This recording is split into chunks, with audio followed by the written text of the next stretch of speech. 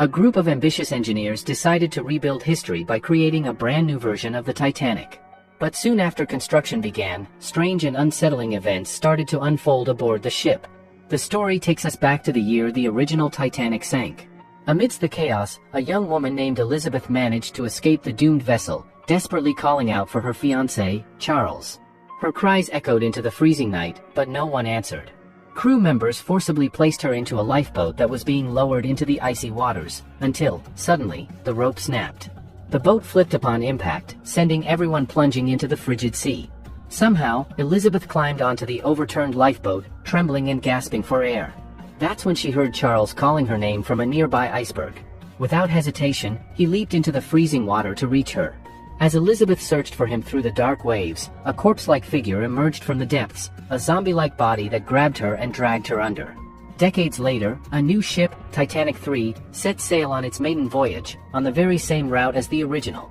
A young influencer couple arrived in their car, marveling at the massive vessel. The man said excitedly, "Put your phone down and just look at this." When his girlfriend realized she was being filmed, she instantly lit up and began praising the ship with enthusiasm. The two were popular vloggers, and soon fans surrounded them for selfies before they recorded a cheerful video for their followers and boarded the ship. Meanwhile, Captain Rose, the commanding officer of Titanic III, briefed her crew.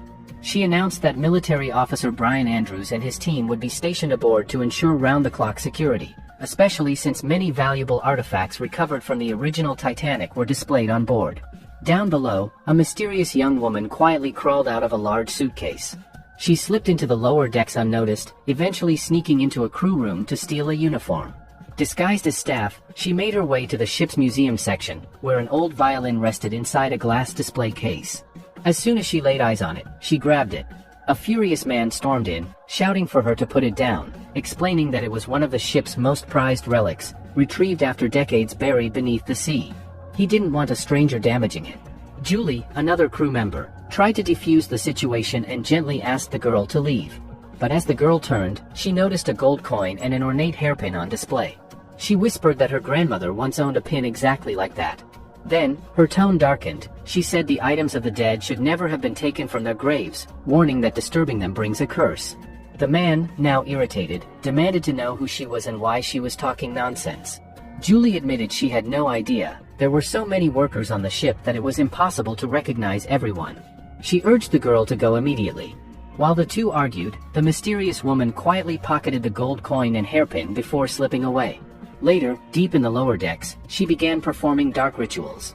She pulled out an old photograph of the original Titanic's captain and started chanting, summoning the spirits of the drowned.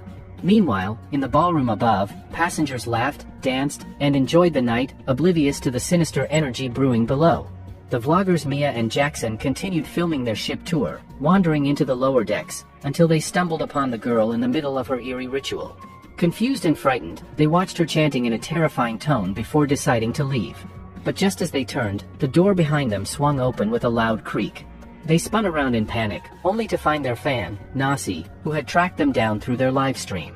Despite the noise, the mysterious girl remained unshaken, entirely consumed by her dark magic. Suddenly, the ship began to tremble, the walls rattling as her power surged.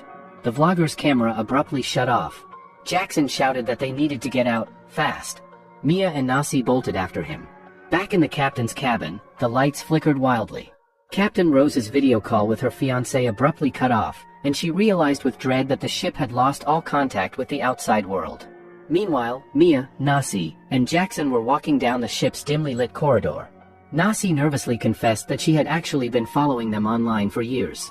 Before Jackson could respond, he accidentally bumped into Hull again, the same crewman who had scolded him earlier for being careless. Hull snapped at him once more, but then turned to Mia and flashed a strange, unsettling smile. Nasi quickly jumped in, saying, "Do you even know who they are? They've got millions of subscribers." Hull smirked and mentioned a rare blue diamond, saying it would look perfect on Mia. She stepped back angrily and snapped, "Don't touch me." Jackson immediately stepped between them, telling Hull to back off and leave. Down below, the mysterious woman continued her dark ritual, and her spell was finally complete. That's when the truth came out. The captain of the original Titanic was her great-grandfather. Suddenly, the ghostly spirit of Captain Edward Smith appeared before her, his eyes cold and lifeless. Up on the deck, Mia and Jackson were filming another segment for their vlog when a soft, haunting violin melody echoed through the air. Mesmerized, Mia turned, and saw a ghostly man standing behind her, playing the violin with eerie beauty. The sound was so hypnotic that she and Jackson began to dance, lost in the rhythm. But then, something strange happened. The entire ship plunged into darkness. Titanic III's power went out completely. Still in a trance, Mia kept dancing with Jackson, until the violin's sweet tune twisted into a horrifying, high-pitched screech that felt like it was tearing through her skull. She screamed in agony, clutching her head. Jackson froze, unsure what to do, as the ghostly violinist drifted closer to Mia. She covered her ears and begged for the sound to stop, but before she could move, the ghost seized Jackson and dragged him into the thick fog. Moments later, as the haunting noise suddenly ceased, the captain's assistant ordered a full systems check. Disoriented and terrified, Mia stumbled around searching for Jackson, but he was nowhere to be found. Hull appeared again, trying to calm her down and even asked her to meet him later at the ship's bar. Still shaken, Mia agreed but soon remembered her phone. As she reached for it, Hull quietly walked away. Determined to warn everyone about the sound she had heard, Mia prepared to make a call, only for the ghostly violinist to reappear right in front of her. The chilling noise returned, louder than ever, as he lunged forward and killed her. Moments later, security officers discovered Mia's lifeless body. The head of security rushed to inform Captain Rose and escorted her to the control room, where strange malfunctions were spreading across the ship's systems. Rose ordered her crew to shut everything down and restart it immediately. Just then, a panicked Brian arrived and asked her to come with him. They hurried to the deck, where Mia's body lay motionless. Rose demanded to know where her husband Jackson was and told Brian to check if Mia had been live streaming. Her phone might hold clues. Soon after, Hector arrived and ordered guards to clear the area. Captain Rose picked up Mia's phone and told Hector to check who she last called while she went to the control room to contact the Coast Guard. Meanwhile, one of the engineers was repairing a malfunctioning system when he heard a strange whisper. As he turned, a ghostly figure loomed toward him.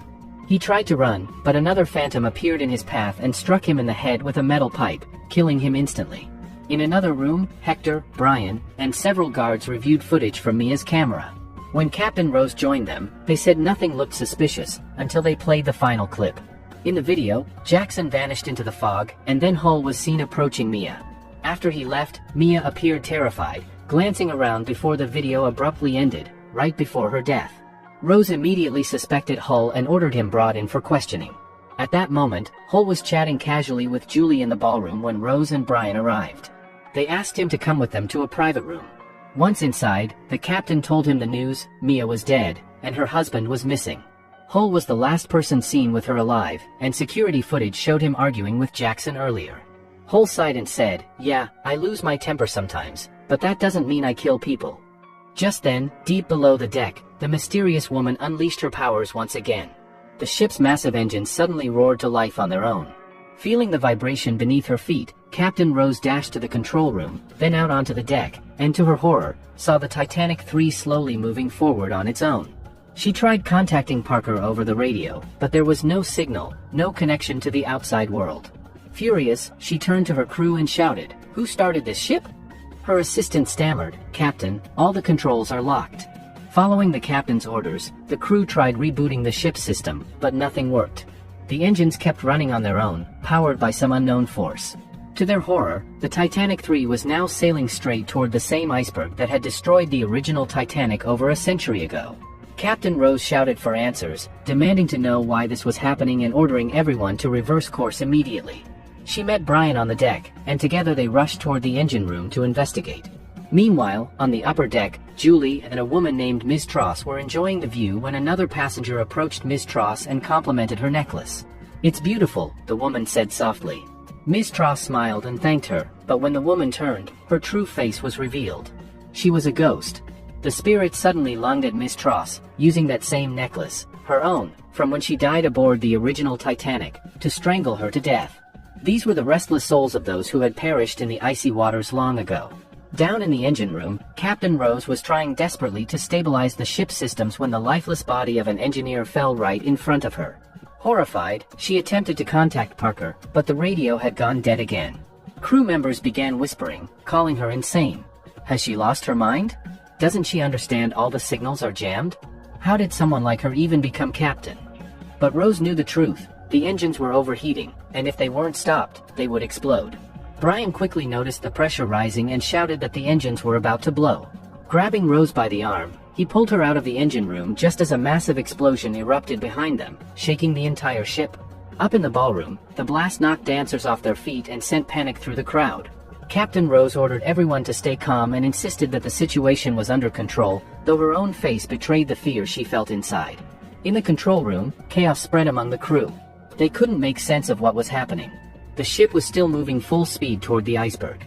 Meanwhile, Hector was inspecting the damaged engine room, unaware that a ghostly figure was silently watching him from the shadows. Parker, still in the control room, tried to contact nearby ships and urged passengers to remain in their cabins. At last, they reached the Coast Guard and reported their emergency. Captain Rose requested a tugboat for rescue, but to her dismay, the nearest vessel was still hours away. A sense of hopelessness spread throughout the ship. Elsewhere, inside the room where Hull had been locked up, water began dripping from the ceiling and the lights flickered violently. He started hearing whispers, chilling, otherworldly voices.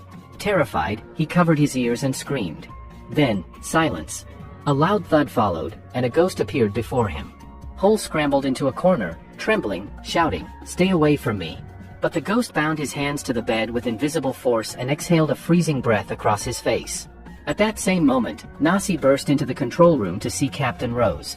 "I have something important to tell you," she cried. When Rose agreed to listen, Nasi explained that a ghost had killed Mia. To prove it, she showed the final video recorded on the vlogger's phone. But Rose dismissed it immediately. "There are no ghosts on my ship," she said firmly. She then instructed Brian to escort Nasi back to her cabin.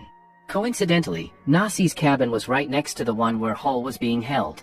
When Brian entered the room, he found Hull lying on the floor, trembling and muttering incoherently. His mind was fractured. He kept begging everyone to stay away from him. Brian helped him up, and Hull, still shaking, demanded to see the captain. In Captain Rose's office, Hull told her that he had seen something terrifying, something he couldn't explain. "I don't know what it was," he whispered, "but it felt like death was right in front of me." He begged her to turn the ship around immediately, warning that the spirits of the original Titanic were coming for them. Just then, a guard rushed in, reporting that the head of security, Hector, was missing. Rose frowned and ordered Brian to lock Hull back in his room. "He's delusional," she said, and then go with the guard to find Hector. As they left, Rose tried once again to reach Hector over the radio, but there was still no response. The guards escorted Hull through the hallway when suddenly they saw the mysterious girl standing there. Hull's eyes widened in recognition. "That's her," he shouted. "She's behind all of this. She's the one who kept saying the dead were buried with gold." The girl stepped back, shaking her head. "No," she said quietly. "You're wrong. I didn't kill anyone." She said she knew exactly what was happening, and that she would tell everyone. But no one wanted to listen to the truth. Pointing straight at Hal, the girl shouted, "It's all his fault. He dove thousands of feet into the ocean and stole what belonged to the dead. Now they've come back to take it all. This ship is cursed. None of us are making it out alive." Panic swept over Hal as he asked if there was any way to stop it. The girl looked at him, her eyes hollow, and whispered, "It's too late." Brian locked her inside a cabin, but she screamed endlessly, her voice echoing down the corridor. Moments later, the door creaked open on its own, and the ghostly figure of Captain Edward Smith appeared. Brian fired his gun, but the bullets passed right through the apparition and hit his own friend instead. Instantly, the ship's power went out, plunging everything into darkness. "Use your phone flashlights," Captain Rose ordered. "Aim them at the controls." As they struggled to restore power, Rose caught a shadow moving along the wall and shouted for everyone to shine their lights in that direction. But when they did, there was no one there. She brushed it off as her imagination and told her crew to keep working on the system. Meanwhile, the ghost of Captain Smith transferred part of his power to his great-granddaughter, the same girl Brian had locked away. Terrified, Brian froze as he watched her eyes glow with an eerie blue light. Then, without warning, she turned and struck him unconscious before calmly walking out of the room. Hal, trembling and drenched in fear, returned to his cabin.